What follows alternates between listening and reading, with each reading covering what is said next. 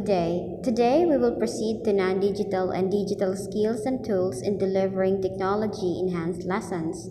But specifically, we will be focusing to the development and use of non-digital or conventional materials. But before we formally started to the original topic, let's have first a short discussion for the introduction. Okay, first is the teaching becomes rewarding when learners get the most from instruction as manifested in their performance. An important element in engaging learners is when the strategy used in delivering the lesson uses an instructional material. When properly and appropriately used, it can spice up a classroom activity, of course, and obviously, the eagerness and enjoyment of the learners are transparent because they are being guided accordingly. And next to that is these instructional materials may come in varied forms. One group refers to the conventional and non-digital tools. And in reality, a classroom will always need a chalkboard or a writing board that may come in a varied forms and shapes. Bulletin boards, flip charts, dioramas, puppets, terrarium, and the like will always find their significance in any classroom. However, nowadays lessons can be made more relevant and engaging for learners as digital tools are integrated. Now let's start it out. Now in this lesson, we will be tackling about the development and use of non-digital or conventional materials that focuses on the procedures for developing conventional instruction materials. In here, the teachers need instructional materials to enhance teaching and learning. And these instructional materials have several rules in teaching and learning, which include the following. Okay, the first one is they promote meaningful communication and effective learning. Second, they ensure better retention, thus making learning more permanent. The third one, they help to overcome the limited classroom by making the inaccessible accessible. In number 4, they provide a common experience upon which late learning can be developed. And last one is number 5, they encourage participation, especially if students are allowed to manipulate materials used. Instructional materials are the supplementary materials which help the teacher to make his or her presentation concrete, effective, interesting, meaningful, and inspiring. In any teaching and learning process, instructional materials play a vital role as they provide sensory experiences to the learners. The primary aim of teaching materials is to provide the teachers the layout of the way for teaching in the classroom. There are 7 instructional materials of non-digital or conventional tools. First is the diorama. Dioramas are small scenes created of layers of materials, all depicting a similar concept or theme. They usually display a historical time period, a nature scene, or a fictional situation. A diorama is often used as a learning tool to help show a student's understanding of a certain subject matter. A diorama is a three-dimensional scene used to creatively express learning. The second one is the nature table. This is a table that contains objects and/or scenes related to the current season or upcoming festival or symbol of an ecosystem. Nature table allows the children to connect with the natural objects and the scene depicted on the nature table. The third one is the writing board. A writing board can display information written with chalk or special pens. Although there are usually more effective methods of transmitting information, the writing board is still the most commonly used visual aid. And it is very important tools used by the teacher to facilitate learning. Suggestion on using the writing board. First, keep the board clean.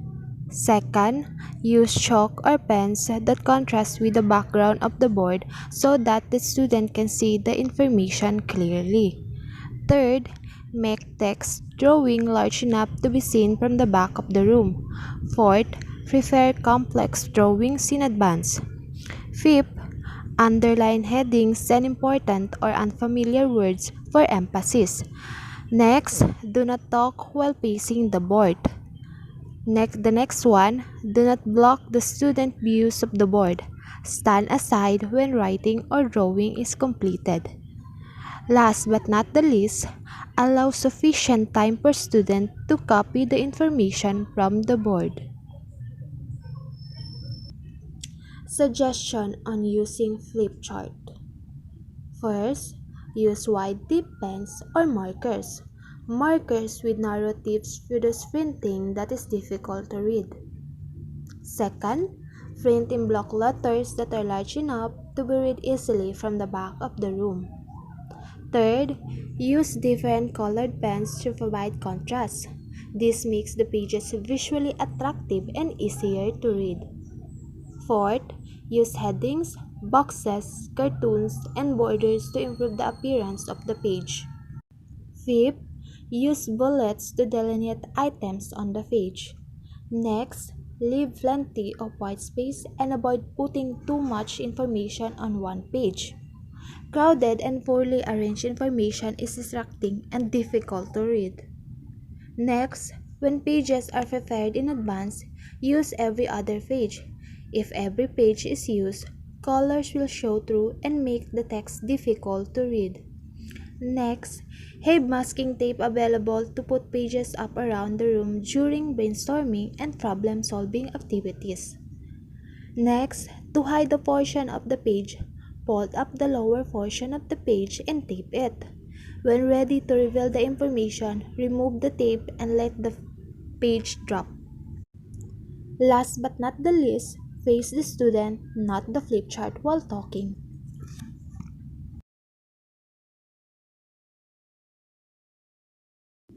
The fourth one is the flip chart. It is a large tablet or pad of paper, usually on a tripod or stand. A flip chart is a large pad of paper bound so that each page can be turned over at the top to reveal the next, used on a stand at presentation. Next is the zigzag board. Zigzag board, it is a multi-board series of 3 or 4 rectangular boards. They are joined together along the side by hinges so that they can be easily folded up and carried. The advantages of this zigzag board is that it can present more than one subject in one activity. The next one is the wall display. A wall display is a collection of many different types of items and materials put upon a wall to make an interesting and informative display. The wall display are important part of any classroom as they make the room appear more inviting and create a better learning environment. The next one is the rope and pole display board. This board consists of 2 parallel horizontal poles tied together with a rope. Visual aids such as poster can be pinned to the rope. Display can be very useful to teacher. They can attract attention or provide information per student. They can use during training session or workshop. And that's the 7 instructional materials of non-digital or conventional tools. So, in following the guidelines when designing conventional instructional materials should be done through unity in number 1. Use only one idea for each visual aid and include a headline. So, in designing instructional materials, it should be uniform, no other scratches to avoid messy and unorganized visual aid. Okay, for number 2, simplicity. Make ideas and relationships simple and easy to recall. Avoid cluttering a visual with too many words, numbers, or graphics. The audience should be able to grasp the concept in 10 to 15 seconds, so it must be direct to the point and not too wordy to avoid lengthy text. Next, number 3, legibility. Make letters big and readable for all in the audience. Of course, make sure that your IMs or instructional materials are readable from the distance where the audiences are. For number 4, consistency. Use the same type style and art style. In here, you must still grasp the same type style and art style to keep tracks to the original art plan that you have. Okay, for the number 5, clarity. Avoid type that is too small to read. Avoid all caps. So, it must be clear and use letters appropriately. Thank you.